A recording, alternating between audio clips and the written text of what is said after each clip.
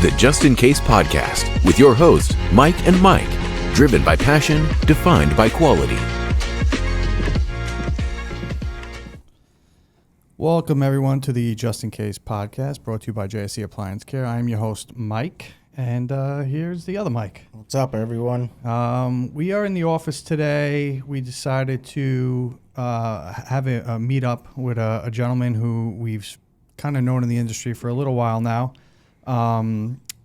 His name is Adam Puckett. He is from True Manufacturing. He covers residential and commercial. We're very happy to have him on the show, and we are really looking forward to kind of just talking about the industry in general, and basically our relationship and the product that True has to offer. So Adam has been with True for 3 years. He has kind of a dual citizenship, if you will. He lives in both Connecticut and Virginia. He covers about 13 states, and he's been in the industry for a very long time. Very Adam, long time, yeah. Welcome to the show. Thank you so much for coming on. We're excited to have you here. Well, thank you. Glad to be here. Let's dive right into it. Let's talk a little bit about you, your history, and then we'll kind of get more into the product and the relationship that you have with your services now and stuff along those lines. All right. Well, I was introduced to True. Was introduced to True many years ago, back in the early 2000s, but recently employed with them in 2021. Before that, I was working with a dishwasher company doing training for them, which helps out with my current position with True. I'm responsible for training and kind of a liaison between customers, servicers, our service department back at O'Fallon, to kind of keep everybody tied together and trained up. Restaurant equipment repair before that for several years, HVAC industry. A lot of service work. A lot of industrial, technical, electrical. I was electrician's mate in the Navy. Retired from that. So nice. So your knees are in great shape. Yes. You can tell my doctor that. Yeah, exactly. Got a good relationship with a orthopedic surgeon. Yeah, we all will. Yep. Yeah, that's awesome. We've touched a couple of commercial dishwashers, and it really has nothing to do with residential appliance, but we've done like some Hobart stuff, and honestly, I'll tell you, I didn't mind it too much. It's all right. It's very accessible. Like what we were working on was all right there. I know it's a completely different, realm, and you have all these detergents and all this stuff, which that was kind of new to us seeing for the first time on those machines. But yeah, I mean, that's kind of cool too to have a wealth of knowledge and seeing so many different varieties of appliance, I guess you can say, including in the commercial side. So. Oh, absolutely. The work infrastructure between the commercial and the residential is so different, and which is one of the things I like about True, because they kind of marry the commercial into the residential brand. Big time. Because usually it's so different. The commercial, they make it for services to open and fix, but when it comes to residential, it's a little harder, but not with True. Yeah. Exactly. True. I think True did a great job, in the designing of residential appliances. Yeah. Not only does it look really, really clean and elegant, but from the servicer side, sometimes when you get into some manufacturers that make it look clean and elegant, it's not easy to get into. It's not easy to service. I mean, even just to get into service mode on your units is to push it. I think it's 2 buttons and you're in, and it's that simple. Pretty easy. Exactly. Yeah, we do design our equipment on the commercial premise, the commercial quality, the commercial grade materials, and we definitely think of the servicer in all aspects of the component, not just the end user. Yeah. Everybody's aware that at some point in time you're going to need some kind of assistance from a service company, whether it be maintenance, preventive maintenance, training, or operational use with, I'm sure you spend a lot of time training people how to use their ovens and things of that nature, different brands of coffee makers, things of that nature. They don't really understand the full benefit that they can get out of their equipment. But True does keep it simple. and there are aspects of getting into our equipment that makes ours unique.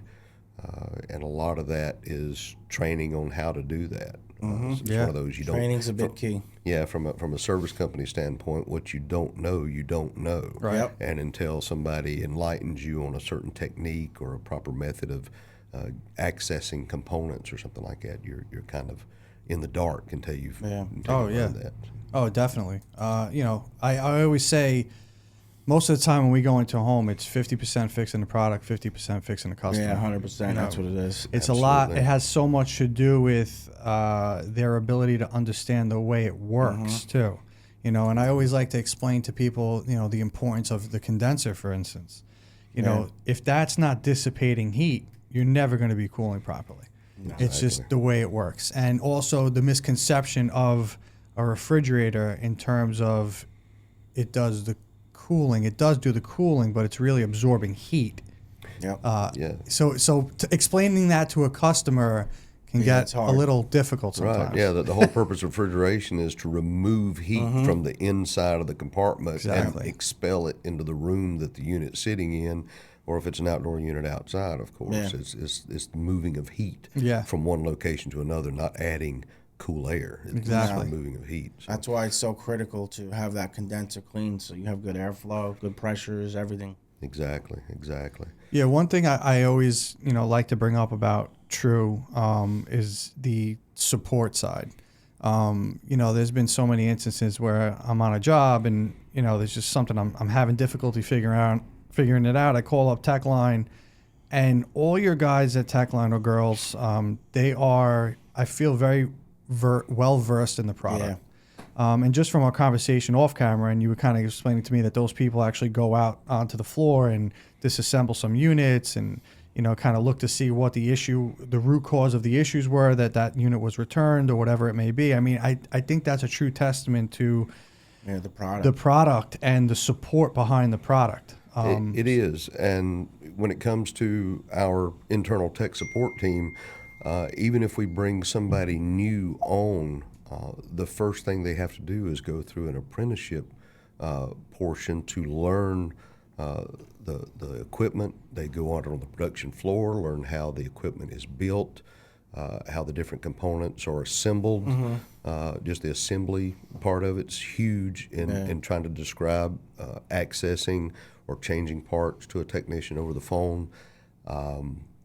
Then they, you know, actually work on our return line, repairing equipment, like we talked about, and then they have to sit with a seasoned technician on the phones to learn the phone conversation. Then, of course, our in-house computer databases, things of that nature, to find things. And one thing I want to emphasize to technicians that are calling these manufacturers, you cannot script these technical issues that you have. You can't.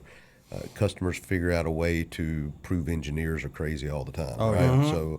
So a lot of the stuff that we do is on the fly. So if you don't understand the equipment, how it's put together, how it operates, how the controls function, you're not going to be that good technician over the phone.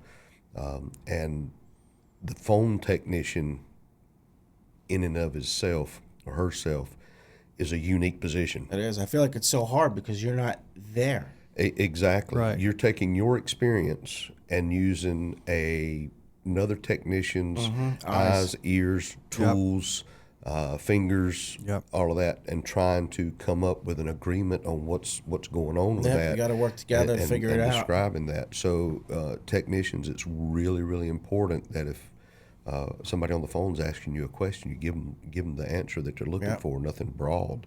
Yeah. You know, is it a 120 volt unit? You know, what's the voltage you're getting? Oh, it's 120 volts. No, it's not. It might be 118.7 or something like that. It's never when someone tells you that. Someone just said that to us recently, right? It might have been true. I don't remember at the show. ASTI, Yeah. Yeah, But it's never, if someone tells you that, it's never 100. Oh, it's 120 exactly. You're not reading it then. you're not. It's never. You're reading something off a data label. Yeah. Right, exactly. Or you're just lazy. Exactly, and we get a lot of that. So, so the help that we get, the questions that we ask are very important to the diagnosis process. And I know I'm kind of rambling on. Not with at it a all. little Please, bit, yeah. but, let it go. one thing with True, we record all the data, all the conversations that we have. You give us a serial number on a piece of equipment, it starts into it like a medical history. We pull that up, we add notes to it. Yeah. So there's always a database that follows that unit from the time it's installed to the time it's met its end. Yeah, that's definitely true because life. I've had that before. When I've gotten on a call behind another servicer and I called up True and I said, listen, I'm not even sure where to start with this because I don't know what's been done. And they said, hold on 1 second. We'll tell you exactly what's been done. Board's been replaced. Water valve's been replaced. It was an under-counter ice maker. And it was a whole bunch of work that had been done to it. And, and we talk about this too quite frequently on and off the podcast.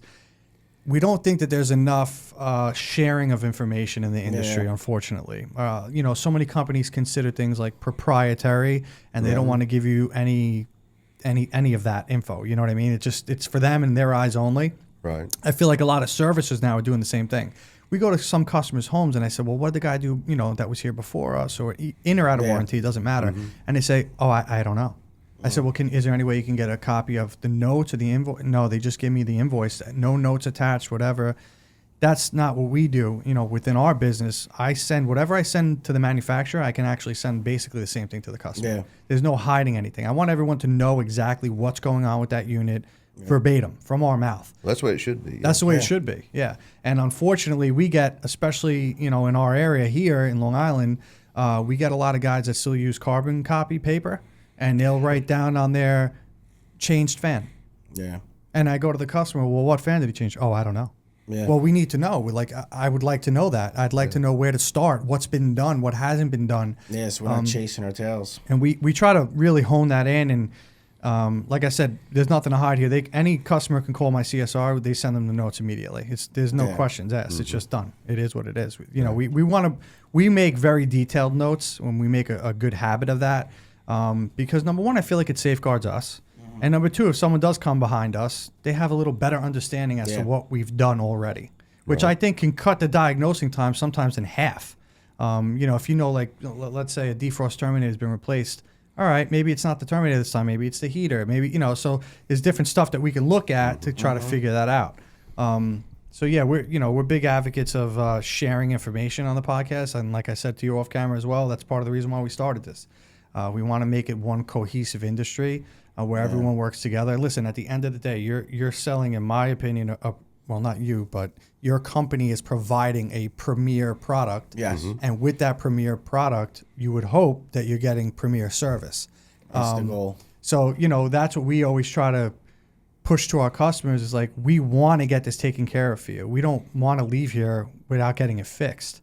And I think that's a testament to True's ideology, and that's why we kind of work well with True, because True, at the end of the day, in my opinion, from what we've seen, they want to get the customer taken care of. And even if it's an install-related issue, they'll pay us to go out there.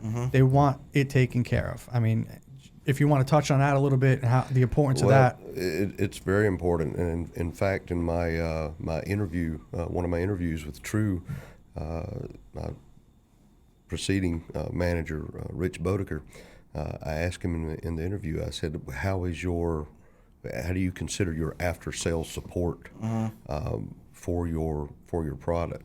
Because where I was working with the dishwasher company, it was fabulous. We would do what it took to make sure that our product was performing exactly the way it needed to be, as far as we could go to meet the customer's expectations. And I told him, I said, if your after-sales support doesn't follow that kind of ideologies, I think we're done. I don't even want to work here, Right. if that's the case. And good for you for saying that. And You sold them right there. Yeah, and so that was very important for me, because if we're not going to back it up, if we're not going to support the service team, if we're not going to support the customers, then that's just not the place I want to be. Yeah. And for the 3 years that I've been here, True has been phenomenal. Yeah. In taking care of their customers. Part of which is a huge portion of my job. Not only am I training companies, service companies, and dealers on installs and service, but I also work with the customers at times. we all know not every service technician's personality kind of marries up with a homeowner. No. So there are going to be times when a homeowner is going to ask for somebody else to Yep. Right. become involved. Yeah. Whether it be another service company or They don't feel warm and somebody, fuzzy, yeah. and maybe somebody from True, and you can kind of tell by the accent I'm not a local, right? So me coming up into Connecticut and Long Island and trying to do some PR stuff with a residential customer of ours, to me it doesn't seem like a good fit, but it works out. It works out. So, Some people like the twang, you know. well, you know, maybe they Goes do. over. Maybe they do. And a We lot used of to them- work with a guy who was from he was English, Yeah. and that guy could sell anything Yeah. to anyone. Yeah, That was exactly. It was exactly. amazing. So maybe that's part of it. I don't know. Yeah. But yeah, the after sale support is really amazing. If not, I don't think I would be here. Yeah, Yeah. no, that's it's a big part of the sale, especially with buying an expensive refrigerator. It's $19,000, $20-something thousand. That Exactly. after support, they're paying for that after support, the service. They want good service. you know my motto to a lot of manufacturers and dealers, and this is what I always say. I go, without you, there's no us, and without us, there's no you. Yep, You have to work 100%. together. Exactly. And the end result, no matter what it is to get the customer taken care of. Even if I can't solve that problem, we always go the extra step here. And I'll let's just say True, for instance, if I'm having an issue with a particular unit and we can't get this thing resolved or fixed, I communicate that with True throughout the whole time via email because they need to know what's going on. They don't want to be blindsided by an irate customer calling them that I've been there 3 times and can't fix the issue or whatever it may be. Now, does it happen often? No. But when it does, I want to make sure everyone's looped in properly so we all have a leg to stand on and come up with a resolution that works, basically. Right. So, Adam, are you occasionally going in the field as of now, like fixing problematic calls, like big problematic calls? I mean, are you doing like all the way to seal system repairs? Are you like what exactly are you doing now? So the field service team does go into homes, go into commercial businesses to make repairs. We don't do sealed system repairs because that would be licensing and Right, right. 50 states, things of that nature. So if something like that's becoming involved, and really to add to this portion, the field team rarely goes into a customer's home by themselves. Yeah. What we like is for the service company that's been working with them, if the homeowner will allow it, right, at that point, to bring them in together and work as a team to come up with the ultimate solution. And a big part of that for me is to help maintain the relationship between the customer and True, but the customer and the service company and the customer and that technician. Right. Show the customer that True and the factory is trying to build their service network and after-sales support network that they have available to them on a local level to build their confidence in those people. Yeah, I mean, I can attest to that. Yeah. We've done it a few times Yeah, with True. we've actually done that with True before.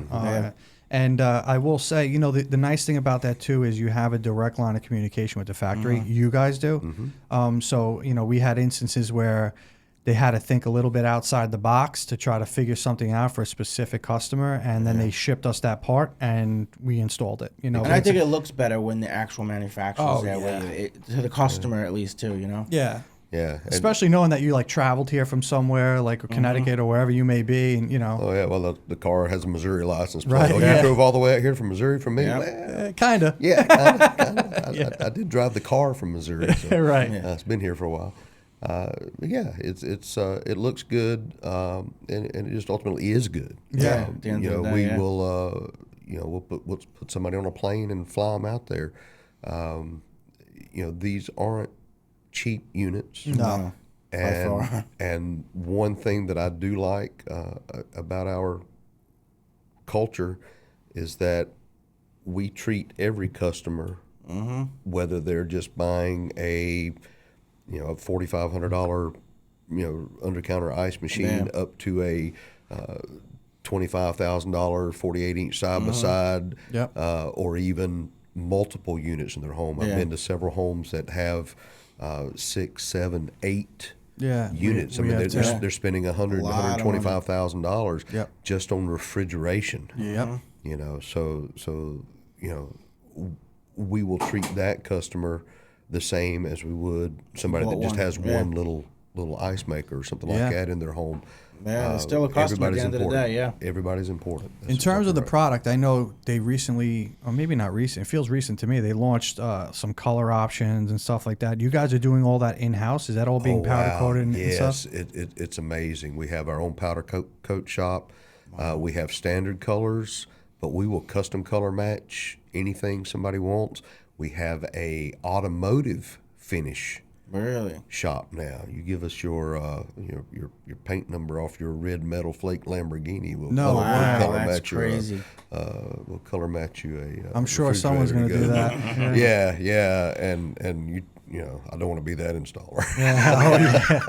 God, no. That's 2 pairs of white gloves minimum. Yeah. Oh, yeah. that would be something. I know you guys use, I don't know the grit stainless steel, but you use a pretty good stainless steel on your products too, Yeah, right? it's the it's 320 or 380. You remember?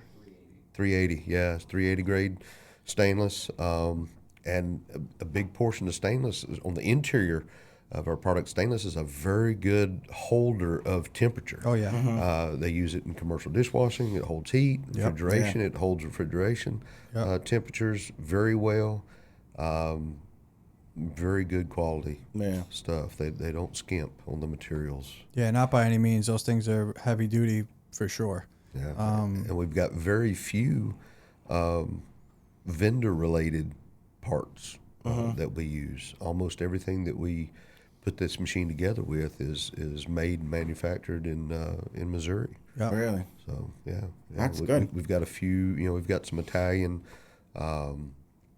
boards, a few electrical components. We've got a good relationship with some LAE and places like that. They're fully assembled here in the States. But they're fully Yeah. assembled here in the United States. Yeah. We've got 5 factories, hundreds upon hundreds of employees working a couple of shifts to produce these products. How old is the residential side? I know it's kind of new to True, but if you want to give a brief overview of the residential versus commercial. Yeah, so commercial, 1940s, and then residential started in the early 2000s. It's been about 12, 15 years, I believe. Wow. If you get a chance to look at the truemfg.com website and look on the about and the history, it's a really good story. Yeah. It's one of those things. No good story ever started over No, I salad, know. right? So it's you get a World War II vet coming home, him and his dad, having a beer and start thinking up refrigeration for I love that. For the commercial environment. That's Yeah, awesome. that's crazy. So it's pretty amazing what they were able to do in the basement of their home in Missouri, and now they're Would I ever thought? millions of square foot of production space. They're an international known brand. You can walk into any commercial vendor Oh, yeah. and see True product. I mean, Oh, my all the my time. my kids are 7 and 8, and they're so used to me just talking about different manufacturers Yeah. and stuff, Yeah, and they'd be like, "Oh, Dad, look, that's a True," and I'm like, Yeah. "What? Yeah. How do you even know that?"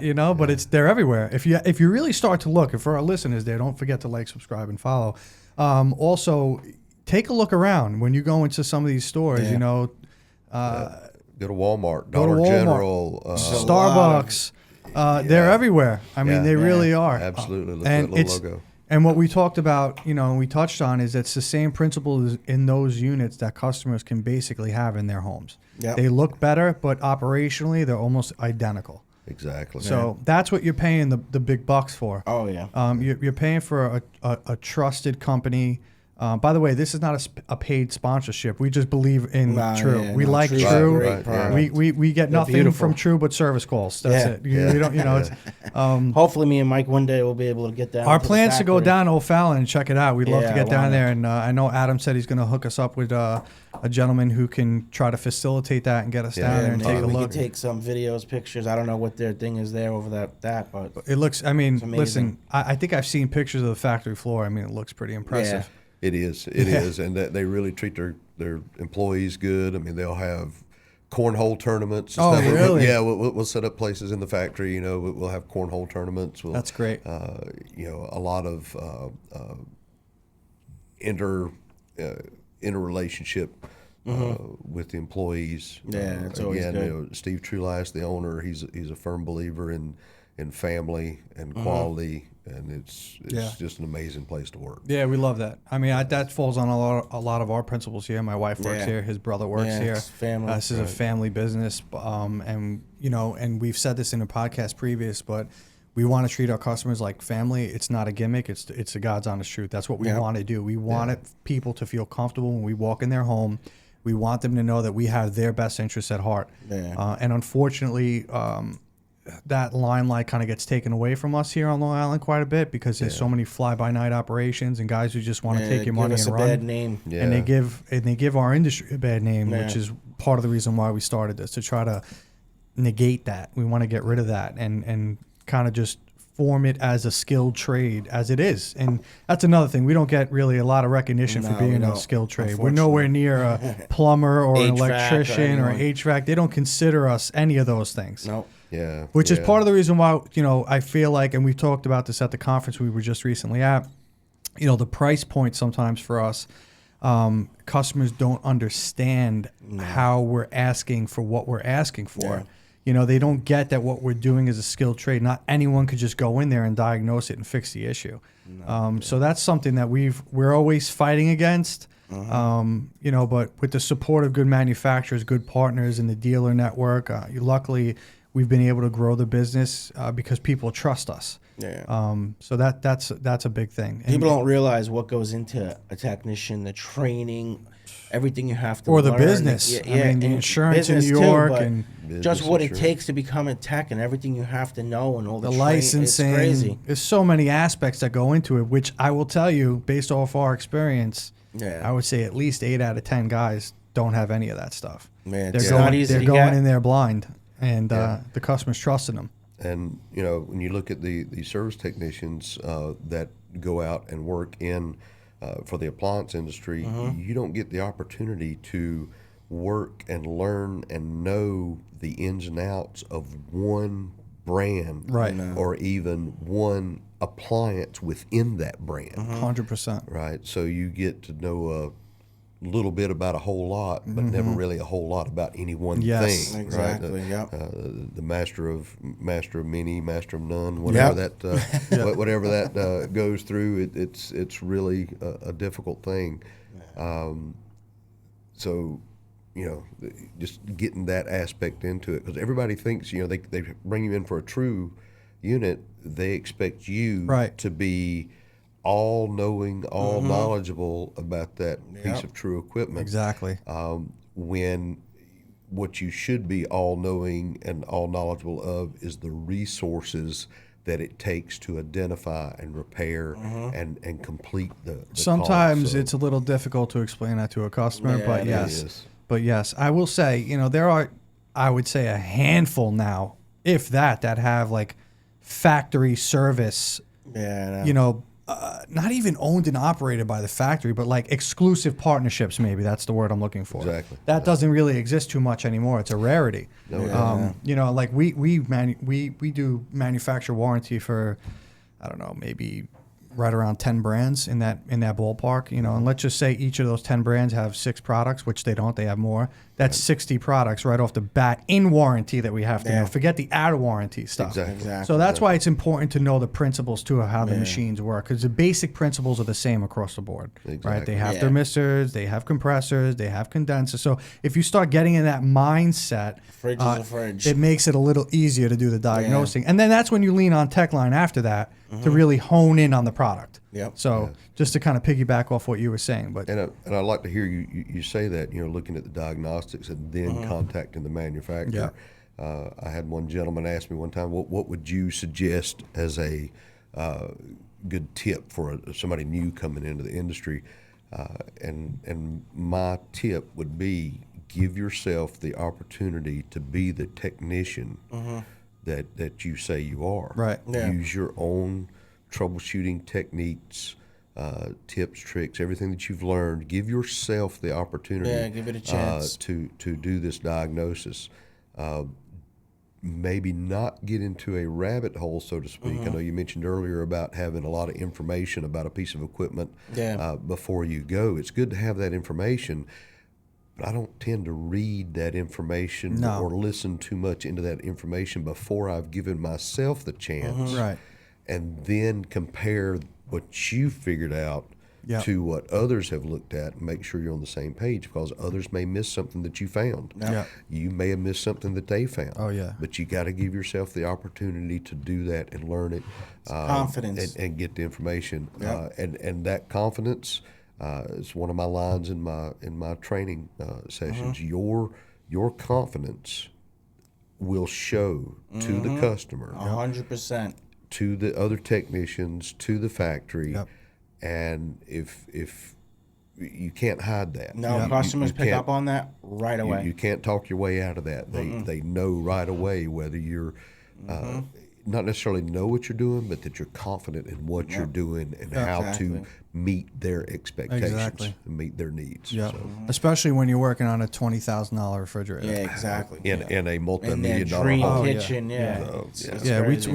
We've spoken about that so many times in terms of people building their dream kitchen, and they get you got a service call to go out there and take a look at a unit, and it's like they're looking right over your shoulder, everything you're doing, making sure you don't put a scratch on this thing. And you know what? People complain about that. I understand it, because if I spent that amount of money on something, I'd want to make sure it's kept in pristine condition. They're already not happy making a service call, and then got someone coming in your house, Right. You got to change that for them, make them feel comfortable.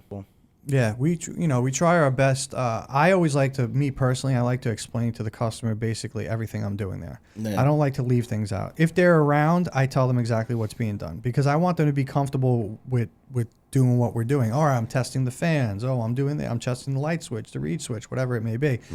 Just so they understand that we're going through the motions to find out what the issue is. Sometimes people go in there, and you might be doing that, but they don't hear or see you really doing it, the way they want to see it. And it's like, this guy came here and did nothing. Yeah. That may not be the case. Especially when they're paying money. But that's how it's perceived. Yeah. Exactly. And you go up to the door, you knock on the door, introduce yourself, and say, hey, let's look and see where this is at. And okay, this is where it's at. What I'd like to do is bring in some things, some floor protection and tool protection and all of that. Then I'll bring my tools in. Yes. Little ladder, step stool, or whatever. And while I'm doing this, if we need to take product out of the refrigerator, do you have a safe space you'd like to put it? If you would like to work on it, or I can help you with it when I come in, and we'll get this stuff out to where I can access the rear panel of the cabinet, things of that nature. So you can kind of utilize their assistance, and by letting them know what's going to be involved and the steps you're going to take to protect their home while you're doing what you're doing. Yeah, we do that on every job. We lay out a blanket. We make sure our tools are organized. If we're putting stuff on the counter, we ask them, like, hey, can we put stuff on the counter here? And if so, we put like a paper towel or whatever it is. Just some kind of protection. Sometimes protect. Yeah, because you know what? Sometimes these countertops are very fragile, and you can literally hit it like this, and it'll chip. I've seen it happen one too many times. Before we wrap up, I wanted to talk about maybe a little bit in terms of the refrigeration side. I know that's obviously that's what True is, right? True is that's their bread and butter. Yep. 100. You guys are going full steam ahead with R600. R290, all that. Yep. R290. So we are very aware of global warming and all that kind of fun stuff. We got eco-friendly refrigerants. R290 is pure propane. R600 is pure isobutane. A lot of people are kind of worried about having propane or butane, something flammable in the refrigeration systems in their homes, but don't forget you've got natural gas feeding ranges and things of that nature, heater, right? Water heater. Europe's been using propane for decades. It's a very efficient mover of heat from one location to another in the refrigeration cycle. Very, very efficient. There is no issues with safety as long as you're following certain protocol.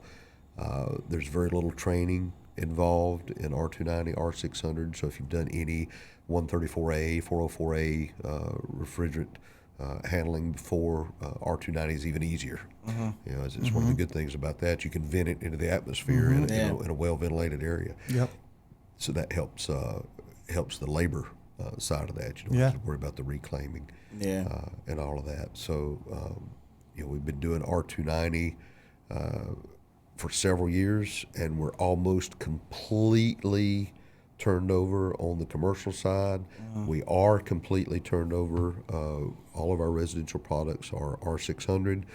With the exception of our ice maker, under-counter ice maker. It is R290, but based off of its production rate, it's actually considered a light commercial product. You know, we've got an under-counter Why is ice it that you machine. use R290 on your ice makers? It's just, it can produce more ice than the R600, and in the volume and in the space that we have to do that in, a little 15-inch by 30-inch cabinet.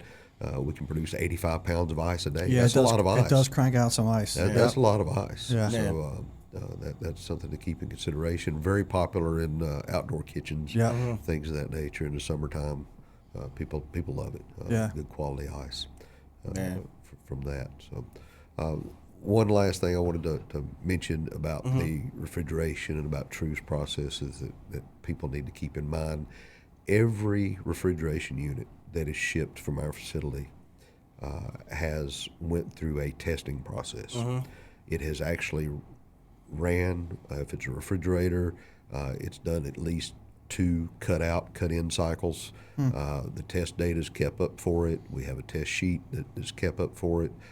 The ice makers have produced hundreds of pounds of ice before they're ever crated up and shipped out. Yeah, because whenever we install a swap, they have there's some water water in in it. them. Yeah, so they do test them. So some of them or do that, and people ask us all the time, "Well, do you just test a certain number out of a batch or something?" No, every single one. unit. The way our manufacturing process is set up, that unit cannot even get to the packaging station without going through the test line. That's just the way our lines are set up. It's hooked up to like a computer, and it shows you how it's running, everything going on. Exactly, and that all that data is recorded on every machine.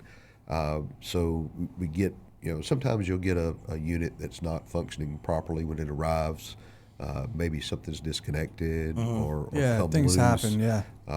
Maybe it's lost refrigerant or something like that. That's even possible, to lose refrigerant on a very small scale, but enough to affect the unit when it gets out to the location. Yeah, because you don't know how long it's sitting in a container or not a container, but like a warehouse. Exactly. Yeah. So, and then brazed joints, a good enough vibration can harm a brazing joint. So coming up some of these roads up 95 through Manhattan to get over here to Long Island, they're getting jostled around quite a bit. It's you got to do some good braiding joints. That can be rough, and they do a good job updating their packaging, things of that nature, to make sure the customer's getting exactly what they want and not having to call us. What is I don't know if you know the answer to this, but what is like the most densely populated TRU area? Like, where are you guys selling the most product in the States? Usually there's one location that's more than others.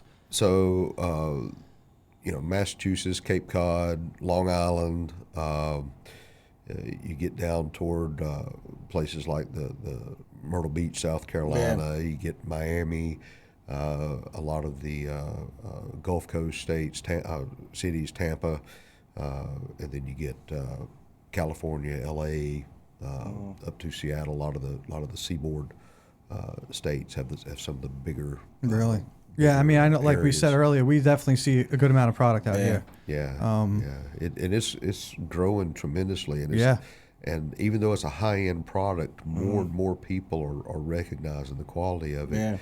And are buying these products, even if there's some of the smaller units, they want the TRU brand in their homes. So I feel like every year it's getting busier and busier with TRU.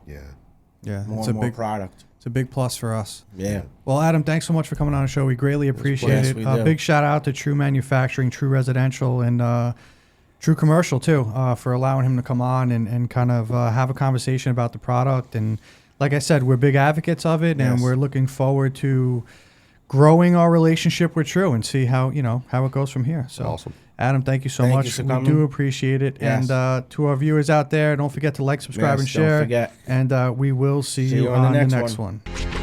Thank you for watching the Just In Case podcast. Don't forget to hit the like and subscribe button.